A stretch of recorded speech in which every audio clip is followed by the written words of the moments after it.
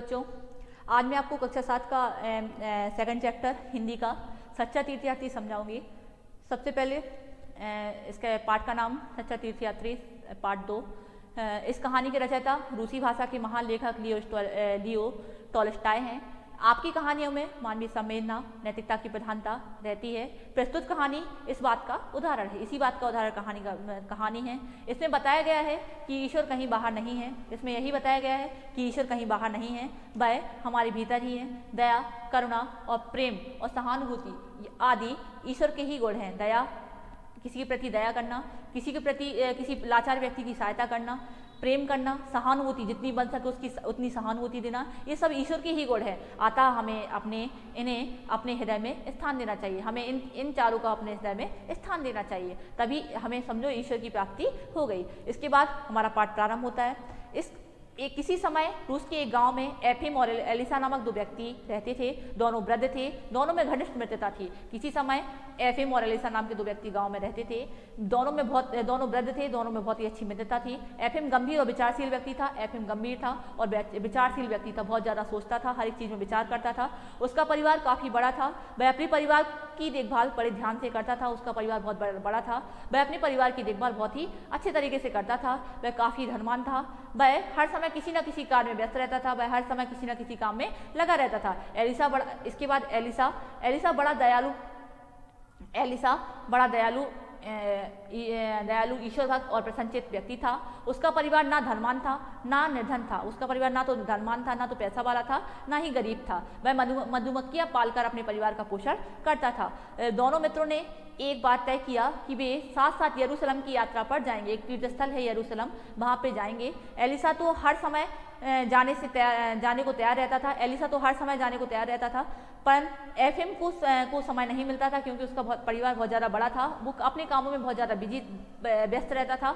इसी वजह से उसके पास हर समय कोई ना कोई काम रहता था। जब भी एलिसा उसे तीर्थ यात्रा पर जाने को कहता, एफिम अपनी व्यस्तता बताकर चलने से इनकार कर देता। जब भी एलिसा एफिम से पूछता था कि तीर्थ स्थान पर चलना है, तो वह अपनी काम की व्यस्तता बताकर उसे जाने से मना कर देता था। एक बार जब एलिसा ने बहुत आग्रह किया, एलिसा ने बहुत बार कहा, तो एफिम चलने को तैयार हो गया। उसने अपने पुत्र को प्रत्येक कार्य के विषय में आवश्यक निर्देश दिए। जाने से पहले एफिम ने अपने पुत्र को हर एक काम को बहुत ही अच्छे तरीके से उसके निर्देश दिए, हर एक काम समझाया बहुत अच्छे तरीके से। इसके बाद अपने साथ बहुत सा धन लिया। इसके बाद उसने बहुत सारा धन लिया अपने साथ में, और एलिसा घर की सब चिंता परिवार वालों पर छोड़कर चल दिया था। एफिम ने तो अपना पूरा घर में अपना पूरा भार अपने पुत्र को सौंप गया था। इसके बाद एलिसा ने अपने घर की सारी चिंता अपने घर वालों पर ही छोड़कर चला गया था। उसका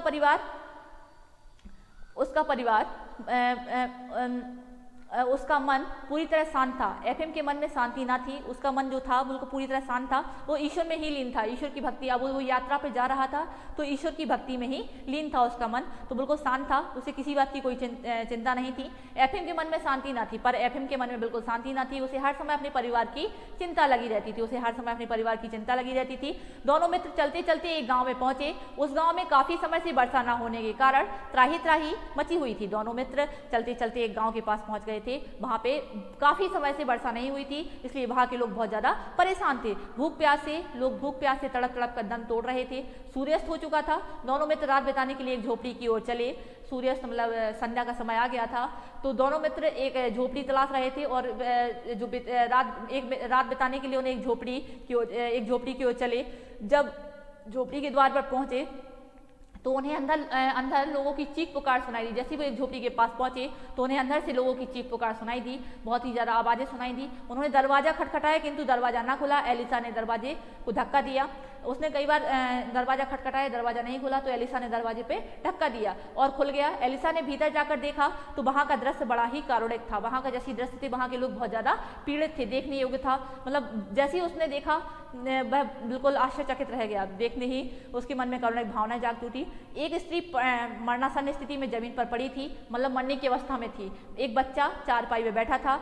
रोटी रोटी चिल्ला रहा था, चारपाई में बैठा रोटी रोटी की आवाज़ चिल्ला रहा था। तभी एक आदमी लड़खड़ाता हुआ आया और धड़ाम से ज़मीन पर गिर पड़ा। एलिसा ने अपने थैले में से एक रोटी निकालकर बच्चे को दी। देखते ही देखते बच्चा उसे चट कर गया, तुरंत खा गया। देखते ही देखते बच्चा खा गया। एलिसा ने उसे एक रोटी और दी। उसने उस स्त्री को भी और पुरुष को भी रोटियां दी। वो ये रोटियां अपनी तीर्थ स्थल में रास्ते में खाने के लिए लेके आया था। वो सारी रोटियां उसने उन्हें स्त्री और पुरुष को दे दी। उसके बाद वह कुएं से पानी भर कर लाया और उसे पिलाया। वह कुएं से पानी भर के बच्चे को, स्त्री को और पुरुष को सबको पानी पिलाया। एफिम झोपड़ी के बाहर बैठा हुआ था। उसने एलिसा को अपने पास बुलाया और बोला, क्या हम इस दुर्गंधपूर्ण झोपड़ी पर रात गुजारेंगे? उसने बोला कि इस गंदी झोपड़ी में हम रात कैसे गुजारेंगे? इतनी बुरी बदबू आ रही है, उसमें हम रात कैसे गुजारेंगे? इस सारे गांव का बहुत बुरा हाल है, इस पूरे गांव का बहुत ज़्यादा बुरा हाल है।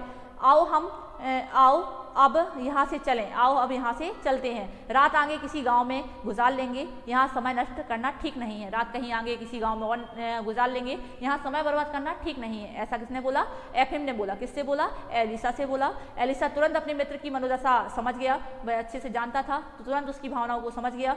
उसने कहा, मित्र आप चलें, मैं इन लोगों को इस अवस्था में छोड़कर यरूशलेम नहीं जा सकता, मुझे कुछ दिन यहीं रुकना होगा। यह सुनकर एफिम को बड़ा आश्चर्य हुआ। वह एलिसा के स्वभाव से परिचित था।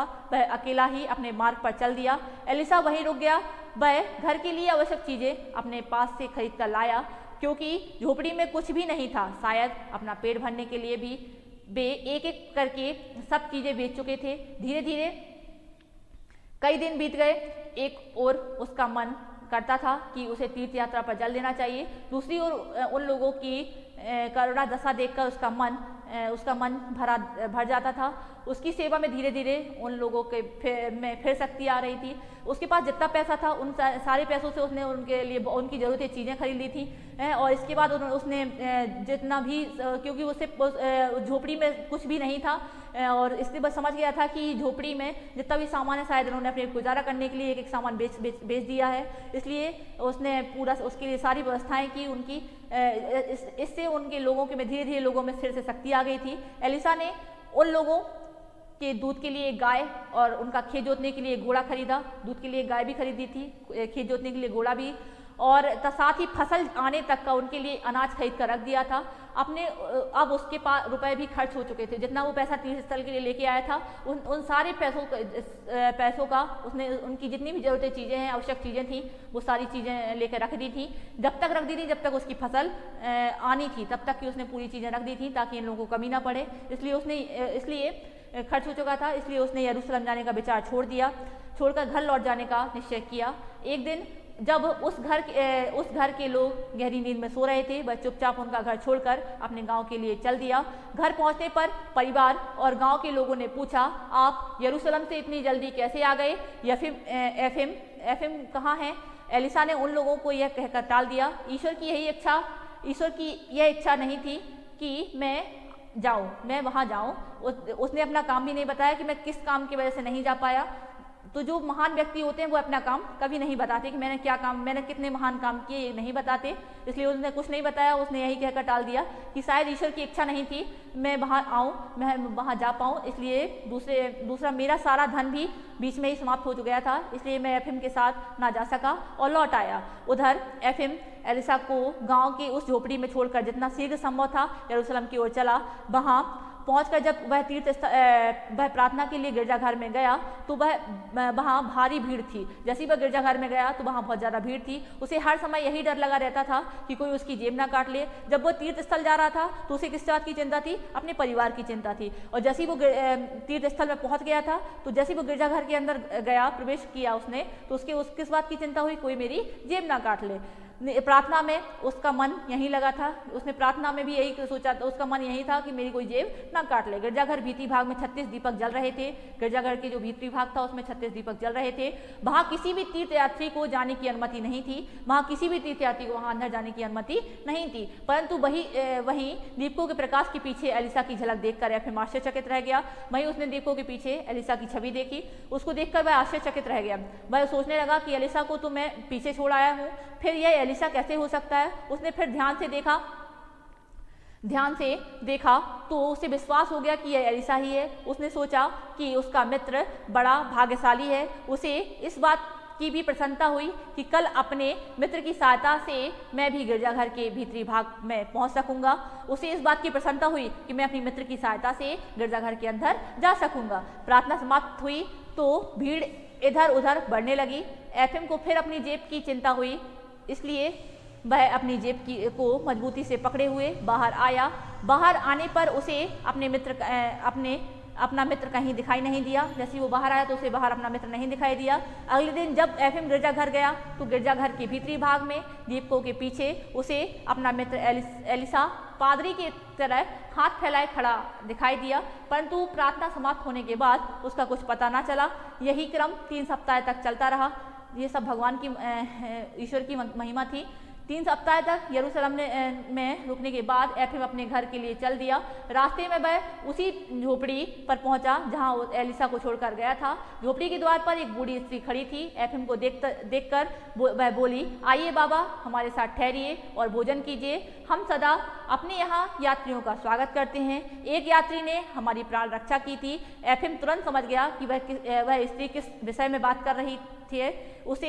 उसने एलिसा के विषय में स्त्री से पूछा तो वह बोली, मैं नहीं जानती वह कौन था, मनुष्य था या भगवान था या अथवा देवदूत। देवदूत मतलब भगवान था। यदि वह ना आया होता तो हम सब मर गए होते। उसने हम सबकी बड़ी सेवा की। वह हम सबसे बड़ा प्रेम करता था। वह बहुत ही ज़्यादा प्रेम करता था हम सबसे। वह अपना नाम बताए बिना ही यहाँ से चुपचाप चला गया। ईश्वर उसका भला करे। उसने दुआ भी दी कि ईश्वर उसका भला करे। एफएम रात को वहीं रुका। उसे रात भर नींद नहीं आई। मैं लगातार एलिसा के विषय संबंध में सोचता रहा।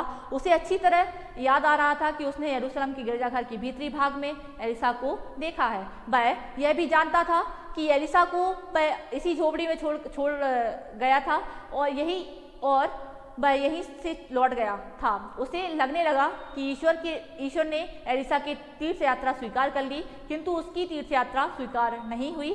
उसे लगने लगा था कि ईश्वर ने एलिसा की तीर्थ यात्रा स्वीकार कर ली, क्योंकि उसने भगवान को मतलब तीर्थ यात्रा जरूरी नहीं समझी थी, क्योंकि उसने पीड़ित लोगों की सहायता करना जरूरी समझा था। इसलिए उसे लगने लगा था कि शायद भगवान ने ईश्वर ने उसकी तीर्थ यात्रा को स्वीकार कर लिया। दिन निकलने के साथ ही एफएम अपने गाँव की ओर चल दिया। गाँव पहुँचकर वह सबसे पहले एलिसा के घर गया। एलिसा ने एफएम को देखते ही आगे बढ़कर उसका स्वागत किया और बोला, आशा है कि आप यरूशलेम की तीर्थ यात्रा सकुशल पूरी तरह कर आए होंगे। मतलब उसने बोला कि मुझे आशा है कि मुझे विश्वास है कि आप यरूशलेम की जो तीर्थ यात्रा है वो अच्छी तरीके से कर आए होंगे। एफएम आगे बढ़कर अपने मित्र से गले मिला, फिर बोला, मित्र, मेरा शरीर तो वहाँ अवश्य पहुँच गया, पर शायद मेरी आत्मा वहाँ नहीं पहुँच सकी। मित्र, मेरा जो शरीर था वो तो जरूर वहाँ पहुँच गया था, लेकिन मेरी जो आत्मा थी वो वहाँ नहीं पहुँची। मुझे इस बात का पूर्ण विश्वास है कि तुम्हारी आत्मा वहां अवश्य पहुंच गई है। मैंने तुम्हें अपनी आंखों से गिरजाघर के भीतरी भाग में दीपकों के पीछे खड़े देखा है। सच्चे तीर्थयात्री तुम ही हो, इसलिए ईश्वर के प्रिय भी हो। सच्चे तीर्थयात्री तुम ही हो, इसलिए ईश्वर के तुम बहुत ज़्यादा प्रिय हो, इसलिए तुम्हें भगवान के बराबर दर्जा मिला। अब मैं अच्छी तरह समझ गया हूँ कि मानव सेवा ही सच्ची ईश्वर सेवा है। अब मैं अच्छी तरह से समझ गया हूँ, मतलब एफएम ने बोला कि मैं अच्छी तरह से समझ गया हूँ कि मानव सेवा मतलब व्यक्ति की, मनुष्य की सेवा ही सच्ची ईश्वर सेवा है। कठिनाई में दीन दुखियों की सहायता करना ही सच्ची तीर्थ यात्रा है। मतलब कठिनाई के समय दीन दुखियों की, जो परेशान व्यक्ति हैं, जो पीड़ित व्यक्ति हैं, उनकी सहायता करना ही सच्ची तीर्थ यात्रा है। इसके बाद कल मैं आपको इसके शब्दार्थ और क्वेश्चन आंसर रीड कराऊंगी। ओके।